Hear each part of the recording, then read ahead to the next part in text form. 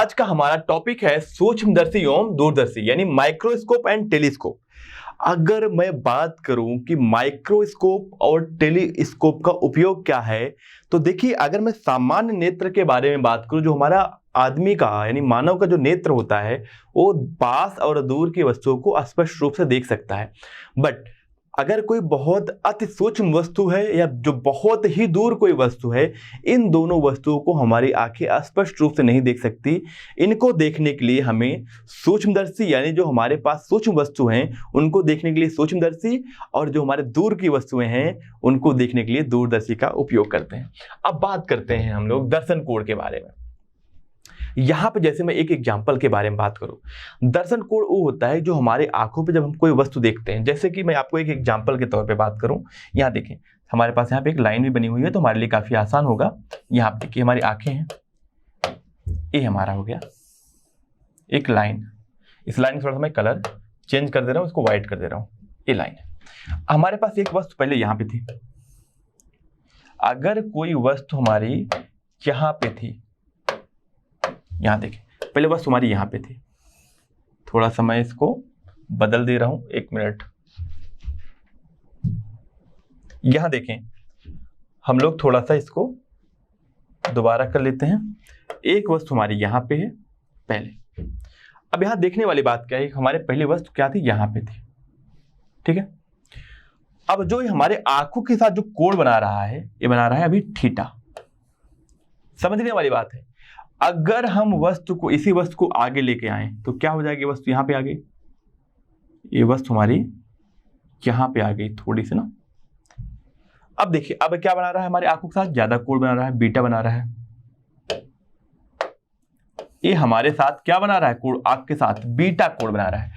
और पास आएगा तो और ज्यादा कोण बनाएगा, यानी अधिकतम कितना कोण बना सकता है यहाँ पे। अगर ये वस्तु को मैं यहां पे लेके आऊं, यानी अगर मैं आपसे बोलता हूं इस वस्तु को मैं यहां पे लाऊं, जो आंखों से कितनी दूरी पे है, जो आंखों से हमारे देखिए यहां पे जो कोण बन रहा है, मैं मान लेता हूं एक कोण जो हमारा है वो गामा है। ये दूरी क्या है, डी है, मतलब न्यूनतम हमारी दूरी जो हम आंखों से देख पाए। इससे ज्यादा कोण नहीं बन सकता। अगर इसके पास और लाओगे तो कोण तो बढ़ेगा पर हमें वस्तु दिखाई नहीं देगी। क्यों? क्योंकि वो न्यूनतम दूरी से नजदीक आ गया। अब देखिए एक ही वस्तु थी, जब यहां पे थी तो अलग कोण बन रहा था, यहां पे कोण बढ़ा और पास आए तो कोण सबसे ज्यादा हुआ देखने के लिए। क्योंकि अगर इसके पास लाएंगे, इसके और पास लाएंगे तो डी से कम हो जाएगा। डी हमारा है खुली आंखों से अगर कोई वस्तु को हमें देखनी है तो न्यूनतम क्या दूरी होनी चाहिए, वो 25 सेंटीमीटर होती है, वही हमारा डी है। अगर इसके पास लाएंगे तो वस्तु दिखाई नहीं देगा। पर देखिए समान ऊंचाई की वस्तुओं के साथ साथ जैसे नजदीक ला रहे हैं, दर्शन कोण बन रहा है। यही जो दर्शन कोण है हमारा, यही क्या हो रहा है, बढ़ रहा है। जितना ज्यादा हमारा दर्शन कोण होगा उतना ही बड़ी हमें वस्तु दिखाई देगी। तो यहां पे देखिए जो सबसे निकटतम पे है, डी दूरी पे है, वो वस्तु हमें सबसे ज्यादा बड़ी दिखाई देगी। तो सिंपल सी बात है, जब हमारी आंखों पर वस्तु को जब हमारे आंखें किसी वस्तु को देखती हैं तो उस वस्तु का आभासी आकार जो हमें दिखाई पड़ता है वह उस वस्तु द्वारा बनाई गई आंखों पर बने कोण पर निर्भर करता है। इसे दर्शन कोण कहते हैं। दर्शन कोण हमारा जितना ज्यादा होगा वो वस्तु हमारी उतनी ही बड़ी दिखाई देगी। तो ये हमारा हो गया दर्शन कोण का कॉन्सेप्ट, ये आपको समझ भी आ गया होगा। इस तरीके से हमारे वस्तु को आगे लेके आते हैं, दर्शन कोण बढ़ता है और रेटिना पे यानी पीछे हमारा क्या बनता है, इसका प्रतिबिंब बनता है। जितना दर्शन कोण बढ़ेगा उतना हमारा प्रतिबिंब बढ़ेगा। अब हम बात करते हैं प्रकाशिक यंत्रों की आवर्धन क्षमता। प्रकाशिक यंत्र करते क्या है, हमें कोई अगर सूक्ष्म वस्तु देखना है तो पहले दर्शन कोण बहुत कम बन रहा था इसलिए हमें दिखाई नहीं दे रहा था। तो ये जो हमारी सूक्ष्मदर्शी होगी वो क्या करेगी, वो दर्शन कोण को बढ़ा देगी, यानी उसको आवर्धित कर देगी, उसकी आवर्धन क्षमता बढ़ा देगी। तो हम यहाँ बात करते हैं प्रकाशिक यंत्रों की आवर्धन क्षमता। तो प्रकाशिक यंत्रों की जो आवर्धन क्षमता है इसको हम लोग एम से दिखाते हैं।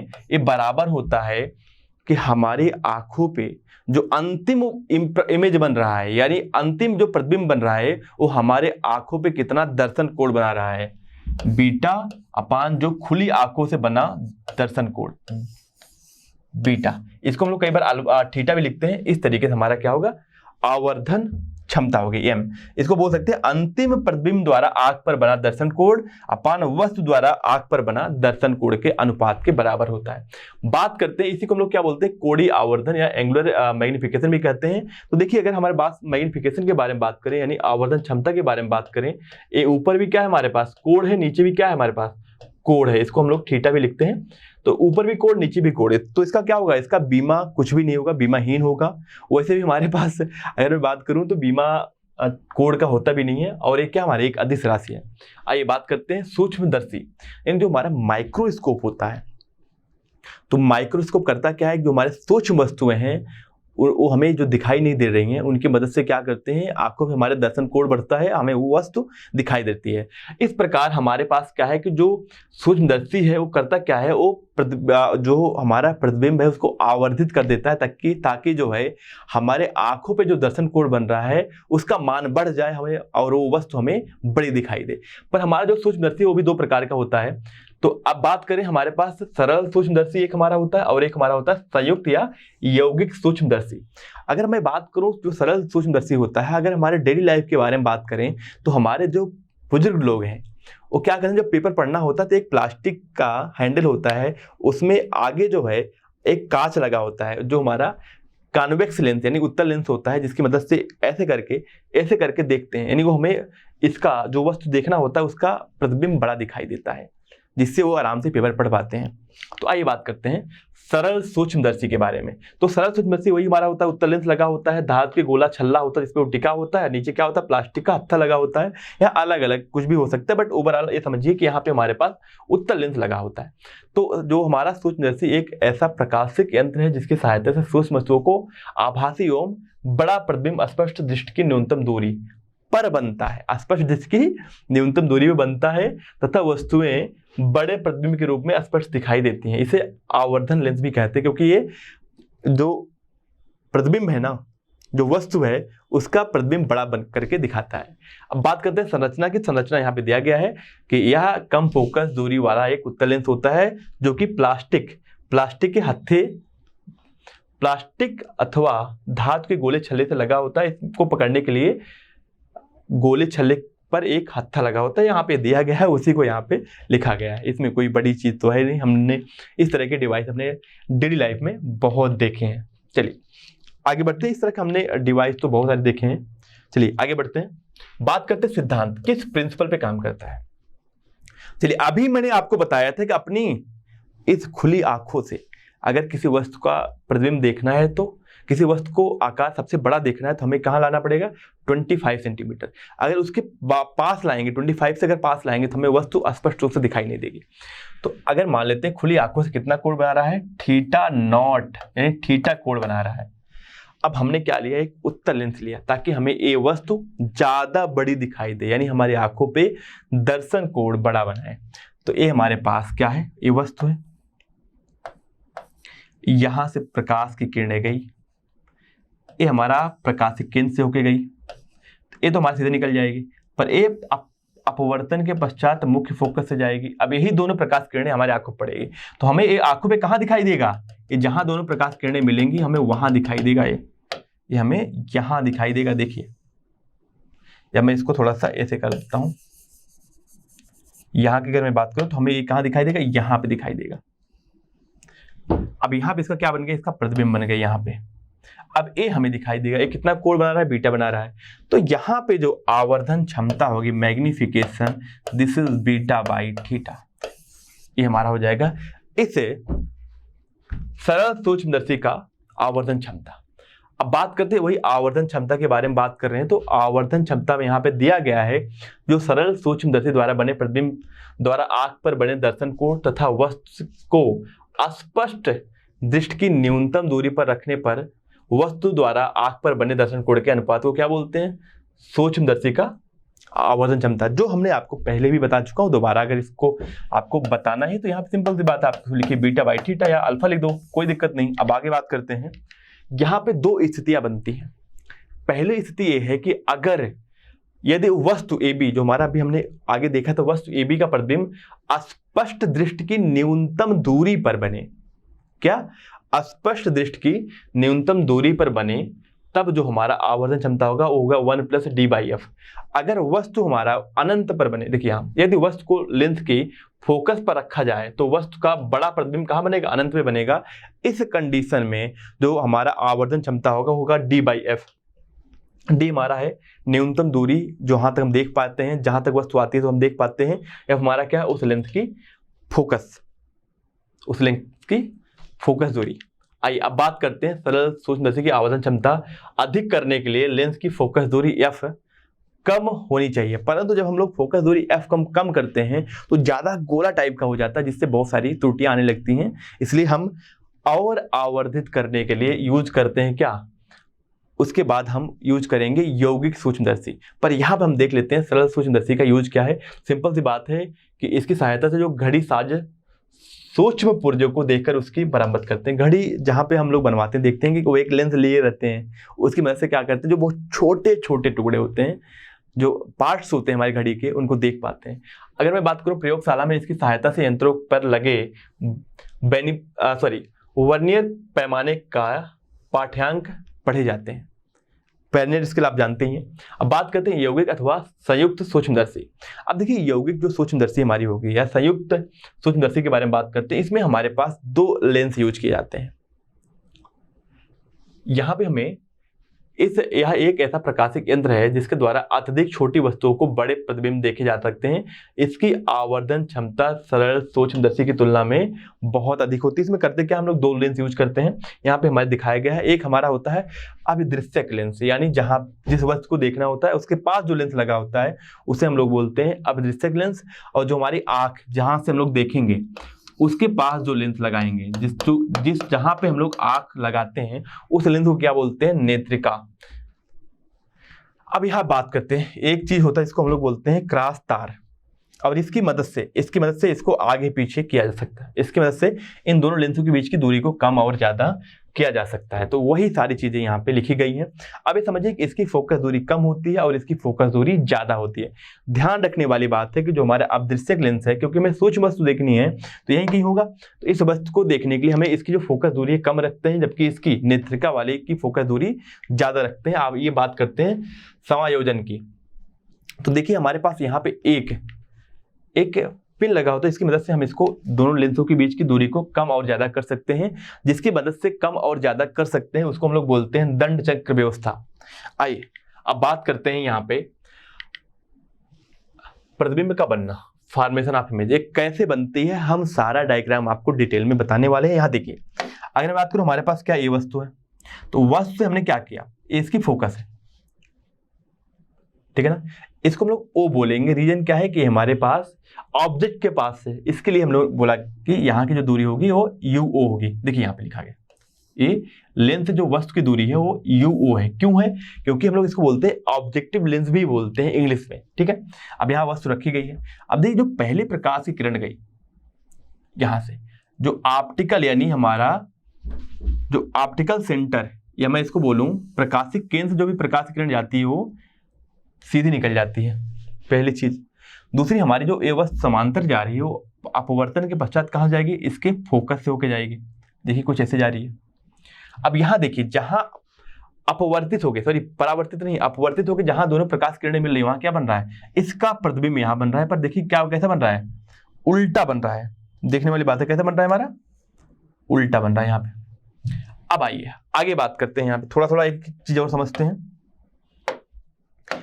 अब देखिए ये दूरी हमारी क्या होगी, ये दूरी हमारी होगी UO, यानी हमारे पास दृश्यक लेंस से वस्तु की दूरी को UO से लिखा गया। और यहाँ पे इसकी जो फोकस दूरी है वो F0 है, जहां से ये F0 यहाँ दिखाया गया है। अब यहाँ देखिए जहां ये प्रतिबिंब बना है इसकी दूरी को हम लोग बोलेंगे VO0। क्यों, क्योंकि ये हमारे पास इस लेंस से यानी ऑब्जेक्टिव लेंस यानी दृश्यक लेंस से बना हमारा प्रतिबिंब है। अब यहाँ समझने वाली बात है अगली। अब अगर यहां से मैं बात करूं, यहां से जो प्रकाश की किरणें अपवर्तित हो कहाँ जाएंगे, हमारे आंखों पड़ेंगे। यहाँ देखिए ये दोनों क्या होगी, अपवर्तित होके इस लेंस से हमारे आंखों पड़ी, तो कहाँ प्रतिबिंब बना है, देखिए प्रतिबिंब हमारा बना बहुत पीछे, क्योंकि इसकी फोकस दूरी भी ज्यादा है। यहां बना हमारा प्रतिबिंब। अब यहां देखने वाली बात है, अब जो इस वस्तु से ये जो हमारा प्रतिबिंब बना था, उससे ये प्रतिबिंब इसके लिए क्या करेगा, वस्तु का काम करेगा। तो इसकी जो दूरी है उसको लिया गया यूई से, यानी हमारी जो आई लेंस इसको बोलते हैं, जिसको हम लोग नेत्रिका लेंस की बात कर रहे हैं, उसको हम लोग इंग्लिश में आई लेंस बोलते हैं, इसलिए यूई लिख रहे हैं। और यहाँ देखिए समझने वाली बात है कि अगर मैं इसको मानूं कि हमारा एक, मानूं क्या, ये हमारा इस लेंस के लिए काम करेगा वस्तु के, तो यहाँ से जो प्रकाश किरणें इसके समांतर निकलेंगी, तो अपवर्तन के पश्चात क्या होंगे, मुख्य फोकस, इसके मुख्य फोकस हो जाएंगे, पीछे कहाँ मिलेंगे, यहाँ पे मिलेंगे। तो यहाँ बन रहा हमारा प्रतिबिंब। अब ये पूरी कहानी होती है। आइए अब डायरेक्ट बात करते हैं फार्मूले की। तो यहाँ पे जो इसका मैग्निफिकेशन होगा वो क्या होगा, सिंपल सी बात है, वो बीटा बाई अल्फा होगा। यहाँ पे दिखाया गया है, ये हमारा बीटा है, ठीक है ना। तो हमारा क्या होगा, बीटा बाई अल्फा होगा। आइए समझते हैं मैग्निफिकेशन के बारे में, यानी आवर्धन क्षमता के बारे में बात करते हैं यहाँ पे। चलिए आइए देखते हैं। यहाँ पे आवर्धन क्षमता हमारी होती क्या है कि अंतिम प्रतिबिंब द्वारा आंख पर बना कोण और खुली आंखों की न्यूनतम दूरी पर, यानी वस्तु द्वारा आंख पर बना दर्शन कोण, अंतिम प्रतिबिंब द्वारा आंख पर बना कोण तथा वस्तु द्वारा आंख पर बना दर्शन कोण के बराबर, इसके अनुपात को क्या बोलते हैं, यम। तो देखिए जो हमारे पास क्योंकि दो लेंस है, तो जो यहाँ पे आवर्धन क्षमता आएगी वो आ जाएगी यम ई इंटू यम ओ, चाहे आप इसको यम ओ लिखो मल्टीप्लाई बाई एम ई। क्यों, ऐसा क्यों करते हैं, अब देखिएगा, अब मैं आप मल्टीप्लाई साइन लगा सकते हो, क्योंकि ए भी हमारा ऑब्जेक्टिव लेंस यानी जो हमारा दृश्यक लेंस है वो भी क्या करेगा, आवर्धित करेगा, और हमारा जो आई लेंस है यानी नेत्रिका लेंस है वो भी आवर्धित करेगा। और जो हमारा मैग्निफिकेशन का यहाँ से फार्मूला बनेगा वो होगा एम इक्वल टू क्या होगा हमारा, एम बराबर होगा minus V naught upon U naught into D by U E. क्या देखिए ये क्या है हमारा, ये हमारा है पहले यानी ऑब्जेक्टिव यानी दृश्यक लेंस से बना प्रतिबिंब की दूरी, और ये हमारा वस्तु की दूरी। हमारा डी क्या, न्यूनतम दूरी होती है किसी आंख को देखने के लिए, डी हमारा 25 सेंटीमीटर, यूवी यानी सेकंड लेंस से, दूसरे वाले लेंस से जो हमारा वस्तु की दूरी, वस्तु की कौन सी, जो पहले से बना हुआ जिसका प्रतिबिंब है, पहले वस्तु जो बना प्रतिबिंब है दूसरे के लिए क्या होगा, वो वस्तु की तरह काम करेगा। इसमें भी दो स्थिति बनती है। पहली स्थिति क्या होती है, यदि अंतिम प्रतिबिंब स्पष्ट दूरी की न्यूनतम दूरी, स्पष्ट दृष्टि की न्यूनतम दूरी डी पे बने, तो उस कंडीशन जो हमारा मैग्निफिकेशन होता है minus B naught by U naught 1 plus D by F E, ये हमारा हो गया।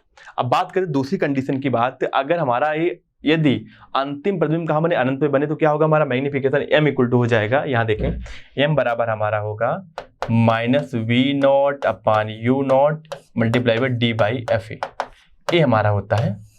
इसको आप ऐसे लिख सकते हो, ये हमारा आवर्धन क्षमता होगी। इस तरीके से ये हमारा दिखाया भी गया है। आइए बात करते हैं। अब यहां देखिए समझने वाली बात क्या है, अभी तक जो हमने देखा यू नॉट का जो मान होता है वो बहुत कम होना चाहिए। क्यों, क्योंकि हमारा ये माइक्रोस्कोप है, सूक्ष्मदर्शी है, तो हमें वस्तु के तो पास ला के रखना पड़ेगा ना।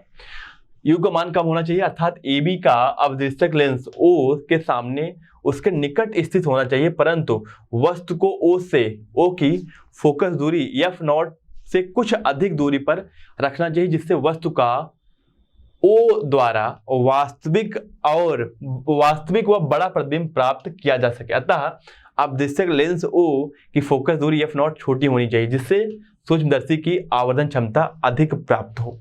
अब बात करते हैं वी नॉट का मान अधिक होना चाहिए, अर्थात अवदृष्टक लेंस ओ के द्वारा जो प्रतिबिंब बनता है वो काफी दूरी बने, जिससे क्या होगा, जो प्रतिबिंब बन रहा है उसकी लंबाई ज्यादा होनी चाहिए। यानी वस्तु अवदृष्टक लेंस ओ की प्रथम मुख्य फोकस एफ नॉट के समीप रखना चाहिए। नेत्रिका की फोकस दूरी एफ छोटी होनी चाहिए। अब यहाँ पे ये सारी चीजें लिखी गई हैं। अब बात करते हैं दूरदर्शी या दूरदर्शक यानी टेलीस्कोप के बारे में बात करते हैं। तो दूरदर्शी हमारा काम क्या करता है, देखिए दूरदर्शी हमारा क्या होगा, जो दूर की वस्तुएं हैं, बहुत दूर हैं, उनको देखने के लिए उपयोग किया जाता है। बात करते हैं यह एक ऐसा प्रकाशिक यंत्र है जो दूर स्थित वस्तुओं को देखने के लिए उपयोग में लाया जाता है। दूर की वस्तु द्वारा नेत्र पर बना दर्शन कोण छोटा होता है, उसको बढ़ाने का काम करता है, जिससे हमारा क्या हो, हम दूर की वस्तुओं को देख पाए। तो दूरदर्शी वस्तु को आवर्धित नहीं करती है, करती क्या है, बल्कि वस्तु का आभासी प्रतिबिंब हमारे पास यानी नजदीक दिखाता है, इसका काम ही होता है। देखो यहाँ पे लिखा गया है दूरदर्शी वस्तु को आवर्धन नहीं करता है, बल्कि वस्तु का आभासी रूप से नेत्र के निकट लाकर उसके द्वारा नेत्र पर बनने वाले दर्शन कोण का मान बढ़ाता है। यहाँ पे दर्शन कोण का मान बढ़ेगा। अब बात करते हैं, हमारे पास दो प्रकार के ये दूरदर्शी होते हैं। बात करते हैं, पहला हमारा हो गया अपवर्ती दूरदर्शी, दूसरा हमारा क्या हो गया परावर्ती दूरदर्शी। अब देखिए अपवर्ती दूरदर्शी में क्या करते हैं, इसमें अपदृश्यक लेंस होता है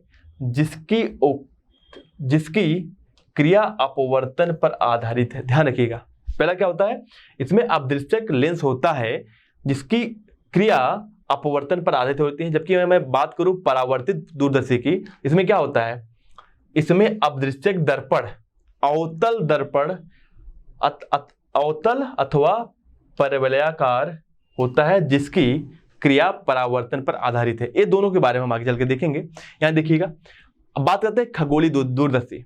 आगे हम लोग शायद उसमें से एक किसी के हमारे सिलेबस में है तो उसको हम लोग पढ़ेंगे।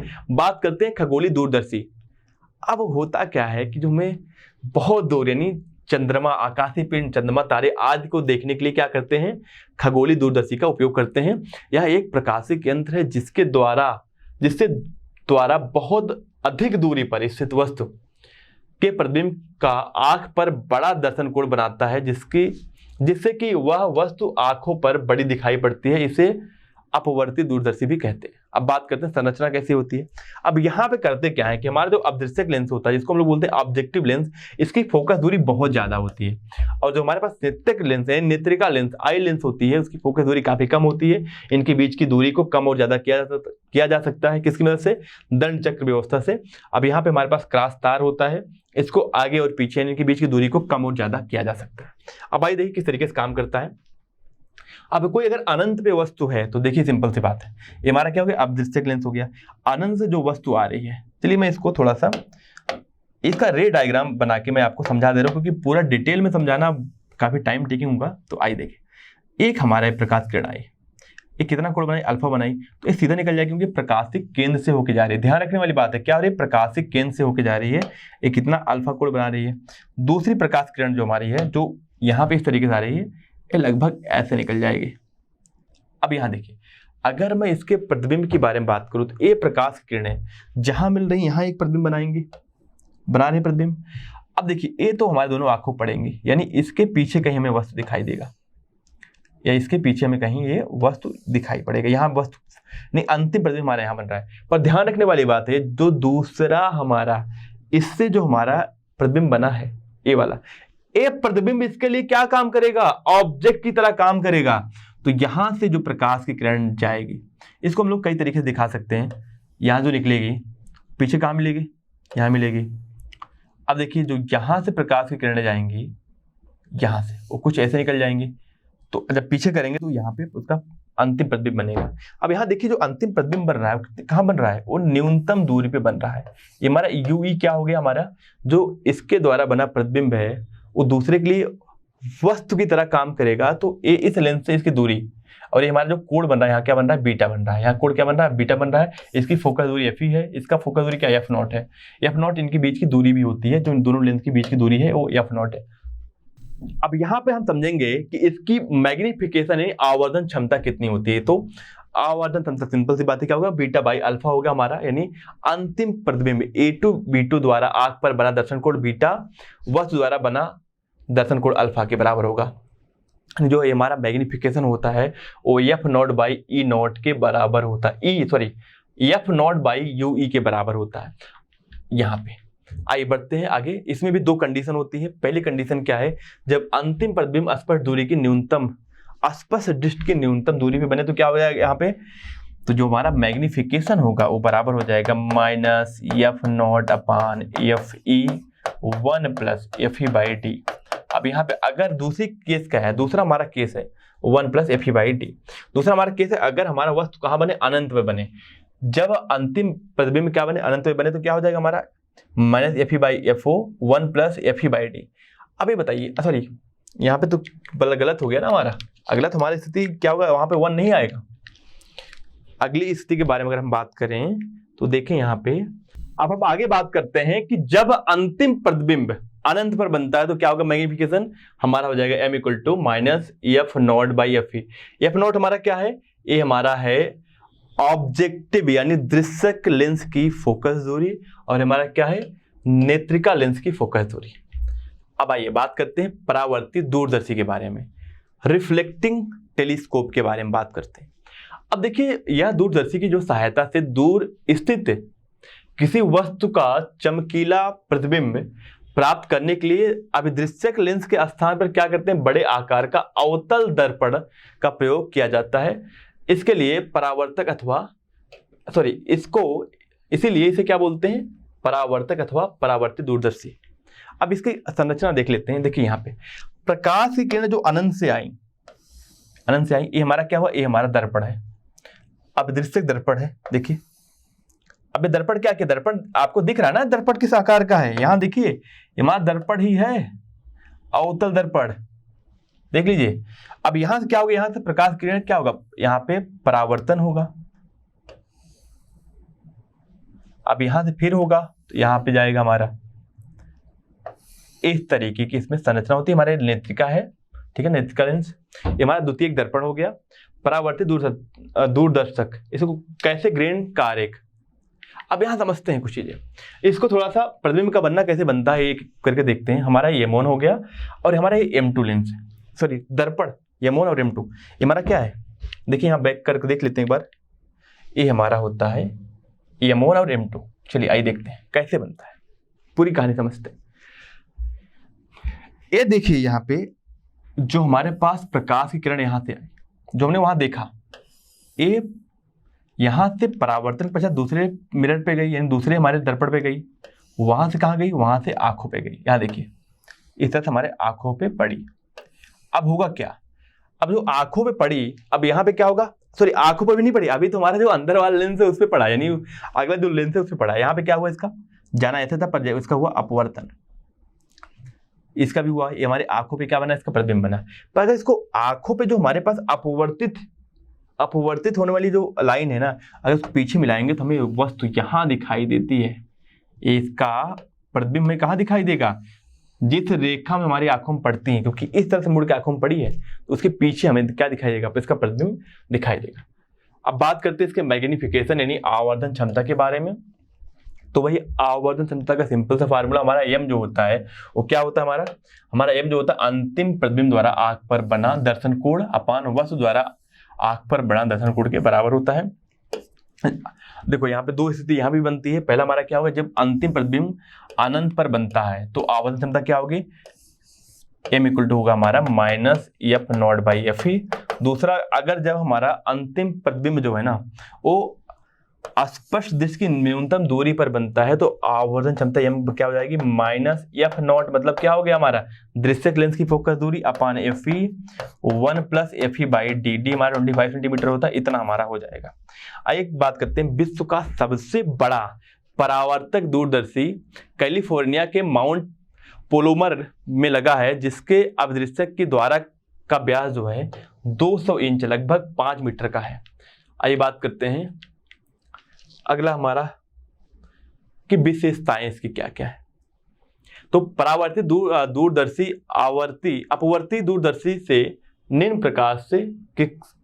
विशेषताओं के कारण अच्छा है। तो इस बात को दोबारा मैं बोल दे रहा हूं कि जो हमारी परावर्ती दूरदर्शी अपवर्ती दूरदर्शी से निम्न विशेषताओं के कारण अच्छा है। पहली चीज तो क्या है, परावर्ती दूरदर्शी से निर्मित प्रतिबिंब समान द्वारक के अपवर्ती दूरदर्शक की अपेक्षा अधिक चमकीला होता है, क्योंकि यहाँ पे परावर्तन हो रहा है। परावर्तित दूरदर्शक से बने प्रतिबिंब का वर्ण विपतन का दोष नहीं पाया जाता है। जो फोकस जो अलग अलग कलर के कारण उनका जो रिफ्लेक्शन होता है वो दोष यहाँ नहीं पाया जाता उतना। परावर्तित दूरदर्शी में पर्यावलयाकार दर्पण प्रयोग में लाया जाता है, जिससे प्रतिबिंब में गोलीय विपतन नहीं होता है। अगर मैं इसके एग्जाम्पल के तौर पर बात करूं, जो मर्सिडीज वगैरह गाड़ियां होती हैं उसमें जो मिरर यानी साइड ग्लास लगाया जाता है वो हमारा पैरागोलिक मिरर होता है, इसलिए बहुत कॉस्टली होता है। उसका कॉस्ट लगभग 30 से 35 हज़ार रुपये होता है एक। अब बात करते हैं दूरदर्शी से दूर स्थित वस्तु का चमकीला प्रतिबिंब बनने के लिए उसके अभिद्वारक का द्वारक बड़ा होना चाहिए, परंतु बड़े द्वारक से के लेंस को ढालने की क्रिया कठिन है, क्योंकि जब गर्म कांच को ठंडा किया जाता है तो उसमें विकृति आ जाती है, जिसके फलस्वरूप प्रतिबिंब में भी विकृति हो जाती है। चूंकि परावर्तक की क्रिया में प्रकाश किरणें कांच के अंदर प्रवेश नहीं करती, इसलिए दर्पण द्वारा निर्मित प्रतिबिंब पर कांच के भीतर की विकृति का कोई प्रभाव नहीं पड़ता। अब हम बात करते हैं खगोलीय, अपवर्तक, दूरदर्शी एवं यौगिक सूक्ष्मदर्शी में समानताएं और असमानताएं। अगर समानताओं के बारे में बात करें तो पहले समानताओं के बारे में क्या है, इसमें जो अपदृश्यक लेंस का वास्तविक और उल्टा प्रतिबिंब बनता है, इसमें भी क्या होता है, अपदृश्यक लेंस का वास्तविक और उल्टा प्रतिबिंब बनता है। अगर मैं इसमें बात करूं, जो नेत्रिका छोटे द्वारा तथा कम फोकस दूरी वाला उत्तल लेंस होता है, इसके द्वारा आभासी व सीधा प्रतिबिंब बनता है, वो सेम चीज इसमें भी होता है। अब बात करते हैं इसके द्वारा अंतिम प्रतिबिंब उल्टा आभासी वस्तु से बड़ा और नेत्र से डी और अनंत के बीच की दूरी बनता है, और सेम कहानी यहाँ पे भी है। अगर मैं असमानताओं के बारे में बात करूं तो यहाँ देखिए असमानताएं क्या है, दूर स्थित वस्तु बड़ी वस्तुओं द्वारा आंख पर बने दर्शन कोण को बढ़ा सकता है। इसके द्वारा निकट स्थित अत्यंत सूक्ष्म वस्तुओं द्वारा आंख पर बने दर्शन कोण को बढ़ा सकता है, क्योंकि सूक्ष्म वस्तु को देखने के लिए काम आता है, दूर की वस्तु को देखने में काम आता है। विभेदन क्षमता बढ़ाने के लिए आप अपदृश्यक का द्वारा बड़ा प्रयोग करते हैं, जबकि विभेदन क्षमता को बढ़ाने के लिए कम तरंग दैर्घ्य का प्रकाश का प्रयोग करते हैं।